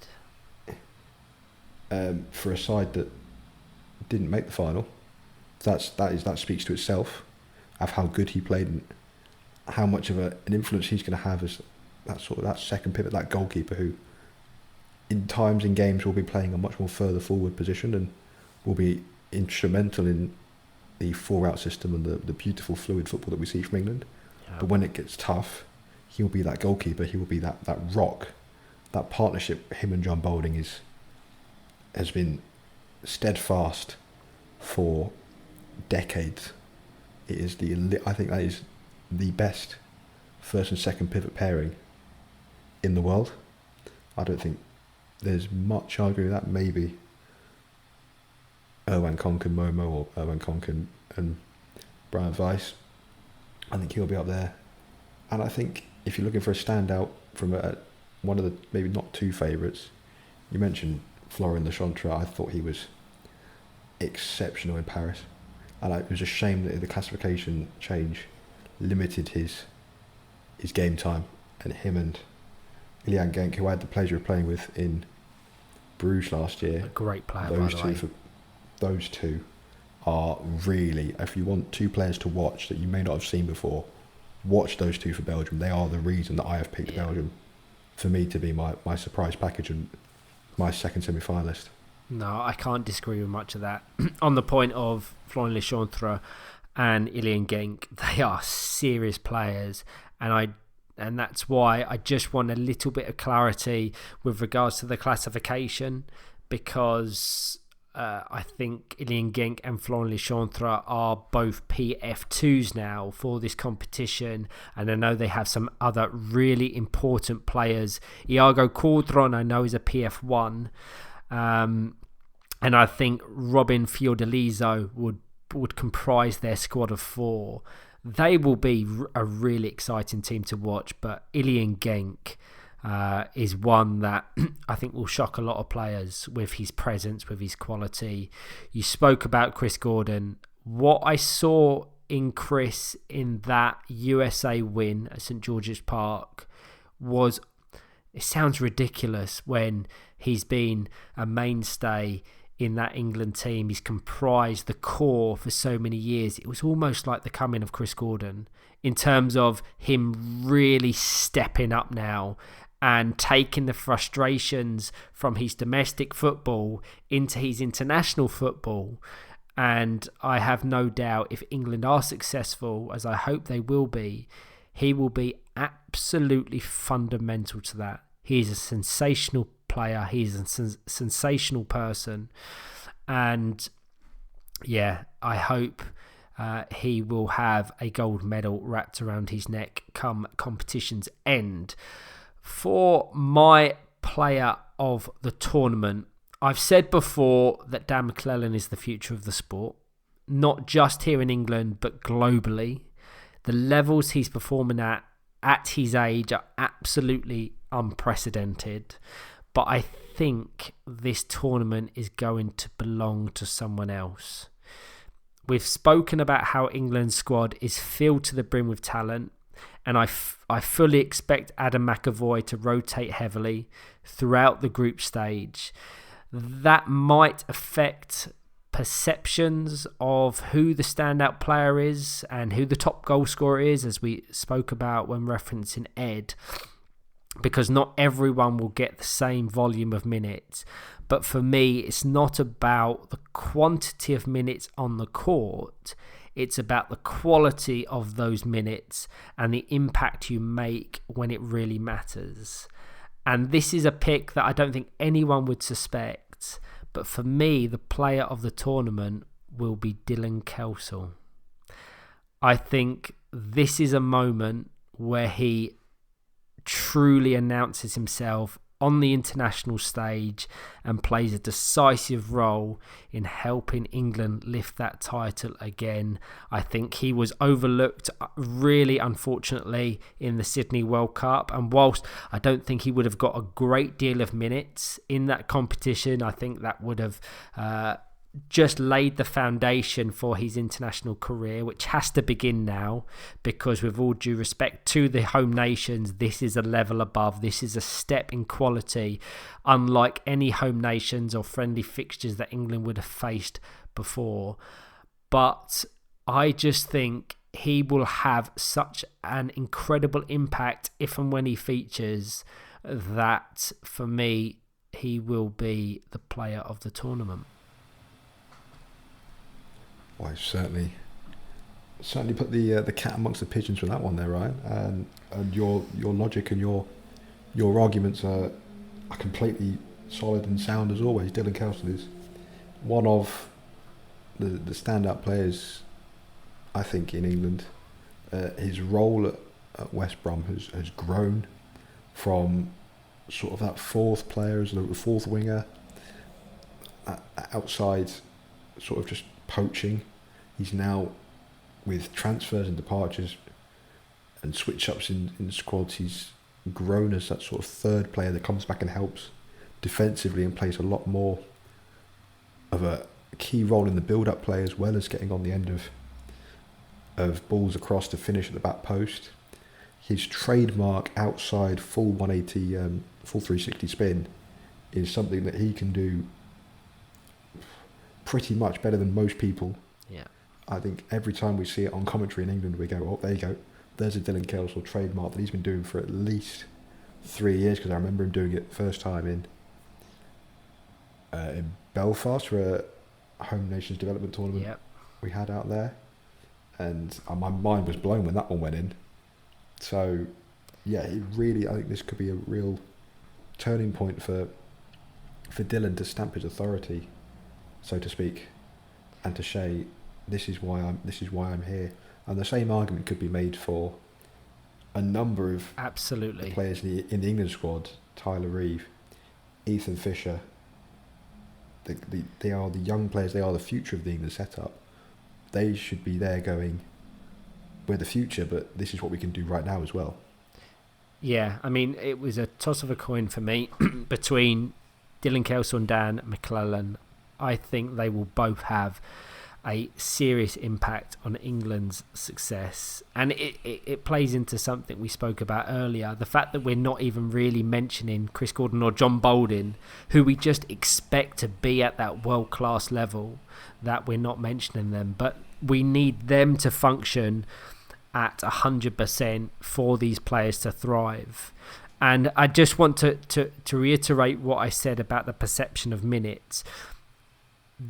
My choice in Dylan Kelsall and Dan McClellan as a very high honourable mention, it's not about the quantity of minutes, it's about the quality of impact when they feature. So try and focus on that when you're processing my prediction, because I know Dylan Kelsall will spend a lot of time on the bench just because that sheer abundance of talent.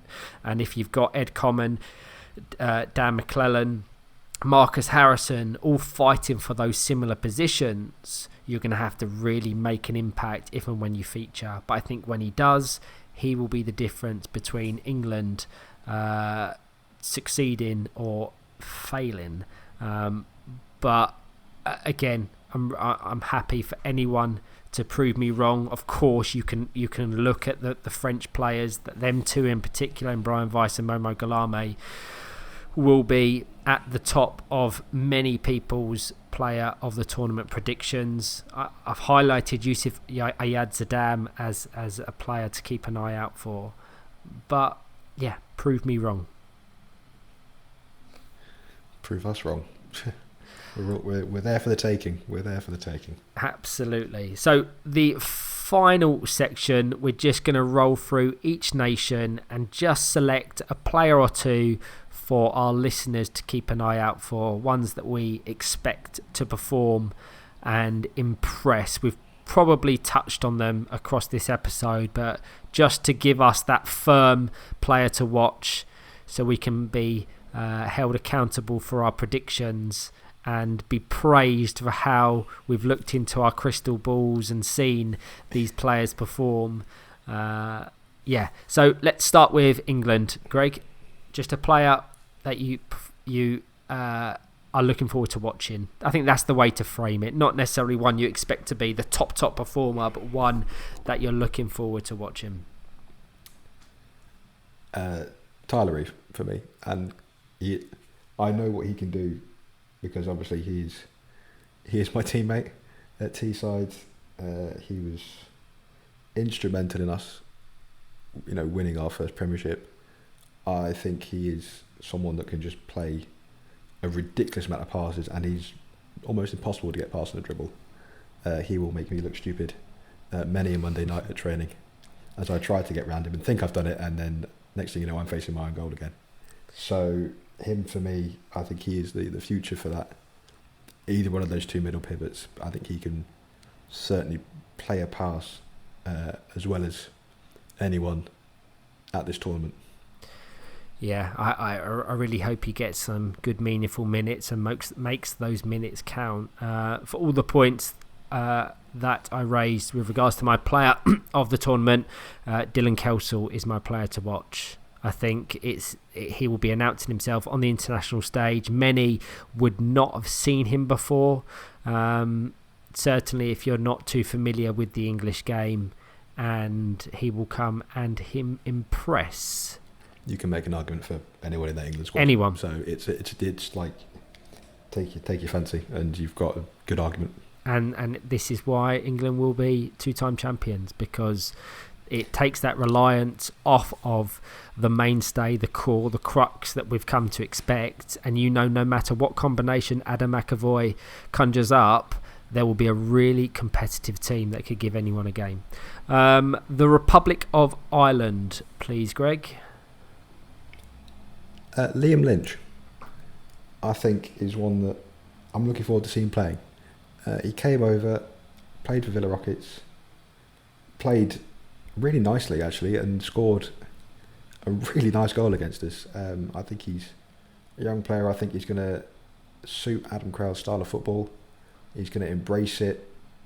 He wants to pass the ball. I don't know what his game time will be like out there, because I don't know what the setup is going to be for Ireland. But for me, he is one that, having seen him play in the Premiership in England, I'm looking forward to seeing him what he can do on the international stage.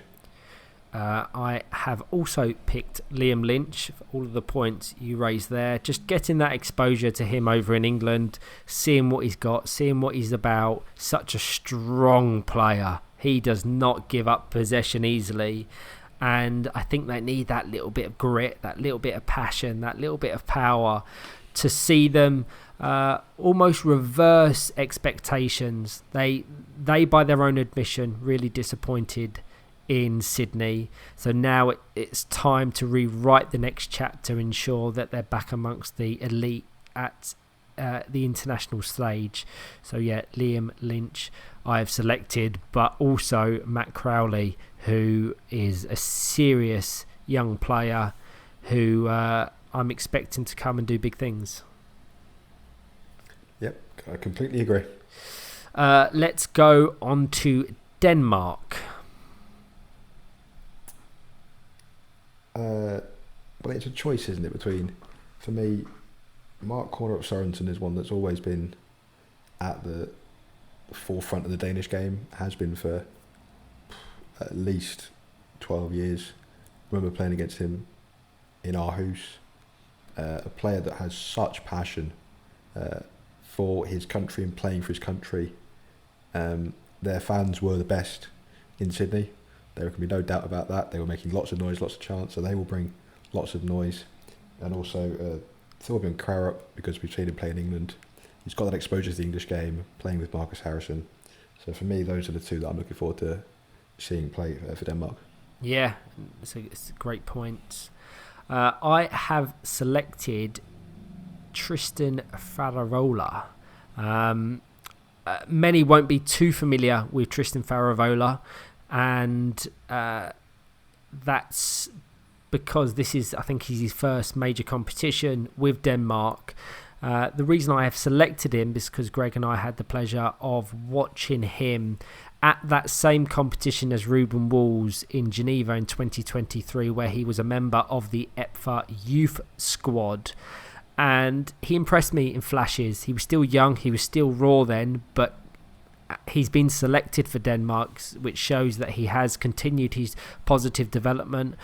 And I don't know how much he'll feature across the competition, but he's one that I'm looking forward to seeing how he's developed. Yeah, another young talent across Europe. Let's progress to world champions France.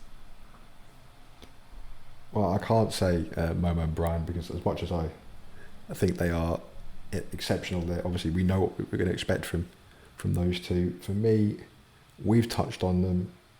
Morgan Lafont, for me, I think he's got that form he had in Paris was just exceptional, and I can't wait to see what he can do with the rest of the French team together, because if Paris is anything to go by, he is a serious threat to any side, and especially sides that will be too preoccupied with keeping Momo and Brian quiet, as well as Youssef Ayad Zadam.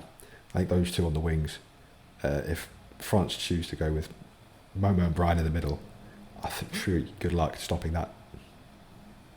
Yeah, I mean, if you're coming up against France and putting all your eggs in the basket of shielding and trying to take Momo and Brian out the game, that's when we see the likes of the Morgan Le Fonts and the Tristan Lebelez come into their own and have the space, the time, the opportunities to really punish the opposition. So, yeah, I can't disagree. I have, however, picked Youssef Ayad Zadam simply based on what I saw in Paris. It was so impressive, was so clinical, both in terms of his creativity and goal scoring, and I think he'll play a really big role should France succeed. Let's progress on to hosts, Italy. Simone Ranzato, for me. I think he is going to be the standout for Italy. He's going to be the one that they look to as their spark as they host this tournament. He is a player we've had the pleasure of watching not only in Geneva but also in Munich 2 years ago. I think he will relish the fact they are hosting. He will want to put on an excellent display, one that can really dribble really well, especially with the combination of his. He takes that sort of dribbling from Powerchair hockey is big in Italy, really big in Italy. And I know he excels in that as well, which really boosts his dribbling. But he can also play passes exceptionally well. And I know that new coach Marco Frazza, who would have been probably my player to watch for Italy had he chosen to still play, will be excited to get the best out of him. Yeah, we'll have to try and unpack the reasons behind Marco Frazza's decision to go into management and not be one of the squad members, because he was the standout for Italy. But similar to yourself, Greg, I have also selected Simone Ranzato, dynamic winger that just seems to cover every inch of the court and proves a real goal threat. So yeah, Simone Ranzato. Let's go to Belgium. take your pick for me. I don't want to make it all about two players, but obviously the two standouts for me are Florian Lechantre and Ilian Genk. They are serious operators, and you can see the impact that playing in the French league has had, especially with Florian Lechantre in Paris. Keep an eye on them, because they are two that could very quickly find themselves towards the elite end of the sport from relative unknowns, especially Ilian. I think I was mind blown by what I saw in Bruges when I played with him, having never met him before. His ability on the ball and the way he sees the game is something that is just exceptional. So for me, those two are really exciting players, and ones that, again, have made Belgium my dark horses. Yeah, I think a lot of people will be familiar with Florian Lechantre, but I have selected Ilian Genk. From what I saw in their qualification campaign for the EPFA Nations Cup, I don't want to say single-handedly, because it was very much a team effort, but he was so fundamental to the way that Belgium set up and played, and his quality. He's very unassuming. He's a quiet character, but the quality that he has is just incredible.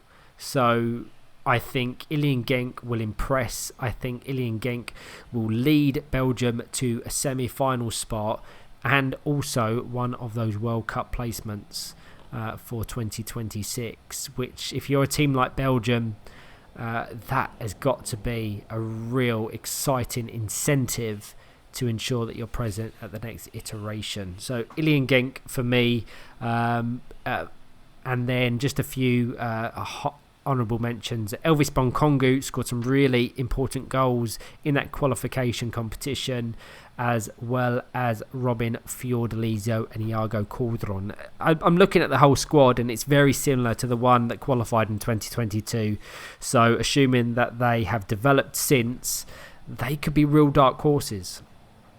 Skutnik and Kerimov are very dependable goalkeepers as well. Yeah. So there's quality abound in that Belgium squad, and if they do qualify for Argentina, I think you could see a further leap of development there as well that will make Belgium serious. Belgium and Northern Ireland, I think, are going to be, over the next couple of years too, that really try to unsettle the sort of established hierarchy of European powerchair football. Yeah, for sure. Let's progress on to the team they beat in the EPFA Cup 2022 final, Scotland. Greg? Ethan Galloway. For me, I want to see, the skipper, take charge. First major tournament for Scotland. Enjoy it. Go out and represent your country. He's fantastic in the dribble. The pleasure of playing against him last weekend in Scotland for the Scottish League Cup, and he's loves a dribble, can flick the ball out. He's learned from playing in England. I really want him to embrace the fact that he is captaining his nation to in their first major tournament. Go out there, give it your all, play with that passion. Really one I'm looking forward to seeing play. Yeah, I have also selected Ethan Galloway for all the points that you mentioned. We have had that exposure to him in the National League, so we know the qualities he brings, but this is a step up in terms of quality and expectation. So a real big task for him, but one that I'm sure that he will rise to. Another honourable mention that I have selected is Kieran Steer. Obviously, Kieran Steer has recently confirmed a move to Newcastle United Foundation, so will be playing his football in the Premiership next season. So it just gives me a little bit of a preview to him and his qualities ahead of that campaign. I can say he's very good in the middle as that first pivot. He will play the passes. If he's got the wing support, he is a dangerous player who can, I think, will surprise a few people out in Italy. One who isn't in the squad, but one for the future. Remember the name. Caden Gemmell. Remember the name. That's all I'll say. 9 years old, and I think he's one for the future for Scotland. I will certainly keep an eye out for him. Let's progress on to Spain. Similar sort of reasoning for me. I've gone for Samuel Grau Garcia. I think I want, first tournament. Sammy's been around for numerous years now. He's played in France. He's obviously making that sort of commitment to wanting to better himself and learn. Take the pride in leading your country out to a major tournament. Spain have got a rich history of football. Tiki-taka and the football that they play, and a real pride in their nation at making a European tournament. Go out there, play with that passion, play the football that we know that he can play. I think, like I said, Group A could be wide open for anyone. Yes, we think France and then Belgium, but Group A is something that I think could be anyone's for the taking. Yeah, I've also selected Samuel Grau Garcia. Great little player. Typically plays in the centre, but in that goalkeeper jersey, so it gives him that flexibility to support in defence, but also provide a real potent option in attack. Beyond that, I think I've watched Aaron Terrabo Sanchez before, and Radwan Boujaboud, so a few familiar faces, but also some that I have never watched before, so exciting to see how they get on. Let's progress on to the penultimate team in this list, Germany. There's a couple of choices again. I've gone for Daniel Olek. I think he's a great young player. I think I was really impressed with how he played in Munich, and I've seen him in Geneva since. I think the impact of trying to play a good, expansive style of play, I think he is certainly one to watch for the future, and one that, again, plays with a lot of passion. There's a lot of, the key theme I think running through most of these squads is just the passion they have and the pride that they have for playing with their country, which is what you love to see. He can play a pass from the wing and play exceptionally well, and he's very good in dribble as well. So I'm really looking forward to him, and my honourable mention would be Marco Rollman. So exactly the same as you. I've got Daniel Olek as my player to watch, Marco Rollman as the honourable mention. Marco Rollman, the central player, the captain, the leader, the real technical technician in the centre, pulls the strings. But Daniel Olek, I've watched him over the last 2 or 3 years, first in that EPFA Cup 2022 and then that Four Nations in 2023, and the developments that I saw in his games in that 12 months was really promising. I think he went from a certain make or manufacturer of chair into a strike force, which really aided his game, and hoping that he's continued that trajectory over the last 2 years since we last saw him in Munich. I have very high hopes for him. So yeah, Daniel Olek for me would be my player to watch. And then finally, I think I can pretty much assume who your pick will be, but let's go through the process anyway. Northern Ireland. And welcome back to round 2 of the Ruben Walls fan club with me and Ryan. We've spoken about it before. Ruben Walls for me. Just watch and enjoy. That's all I can say. Just watch, enjoy how he plays Powerchair football. Yeah, I mean, I can't necessarily disagree, having selected Ruben Walls and Carl Forster as my young players to watch. But my player to watch is actually Pat Comiskey. We won't get into all the details, but in Sydney, there were some very difficult circumstances in and around the Northern Ireland team that they had to navigate, they had to come through, and the dedication, the professionalism that Pat Comiskey exhibited within that one make him one of the most impressive people I have ever met. And not only that, he performed at such a high level that I think any and all success that Northern Ireland have will go through Pat Comiskey, as providing, even at his relative young age, he's going to provide that experience and that leadership to that young cohort of players, alongside Scott Hilland, of course. But Pat Comiskey, such an impressive player, such a nice person, and I'm delighted to be able to watch him again in the upcoming competition. Here, Racco, everything you said, and I think we should shout out Scott Hilland, because we've made a lot of how young and how promising that Northern Ireland team is, but he's one of those that's been there right from the very start. He is he's the heartbeat of that team, and I think he's going to be really important in helping them navigate any experiences that they may not have sort of met up with before. His experience will shine through. Absolutely. So we are just approaching 2 hours now. So that officially wraps up our preview of the 2025 EPFA Nations Cup. Gregg, thank you for joining me. Can't wait to be alongside you in commentary. We've said it off air. Let's just say it on that. I hope you're comfortable in my company, because we're going to have to be doing 29 games together. I haven't worked out what that is in minutes or hours, but it's going to be one hell of a ride. Yeah, let's see if we're still saying all this after the tournament, shall we? Yeah, I'm sure we will. I'm sure we will be, but we may have to give it a few weeks before we do our recap, if we're fed up of the sight of each other. But no, never.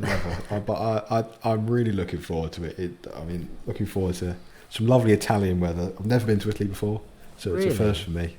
Yeah, I've never been to Italy. I'm really looking forward to it. I've set my Duolingo, learning the language, learning some basics, so I can converse. I do like to. That's something I can always rely on you with. When we've done commentary before of international games, you always make the effort to do the welcome or the goodbyes in the respective language of the teams we're watching. So you always bring that little bit of culture. Oh, I'm a very cultured man, me. I'm a very cultured man, right? But yeah, I can't wait. I think we're going to have we're guaranteed to have some surprises. Something that we didn't expect, which is what we want. And like I said, it's going to be one hell of a ride. One hell of a tournament. Roll on 2 weeks' time when it all gets underway. Absolutely. A huge thank you to MK Battery for powering the podcast and supporting the sport. And of course, to everyone listening, Gregg and I will be back for all 29 games from Lignano Sabbiadoro. So stay tuned. It's going to be a special week of Powerchair Football. Take care, and we'll see you soon. Thank you, Gregg. Ciao, Ryan.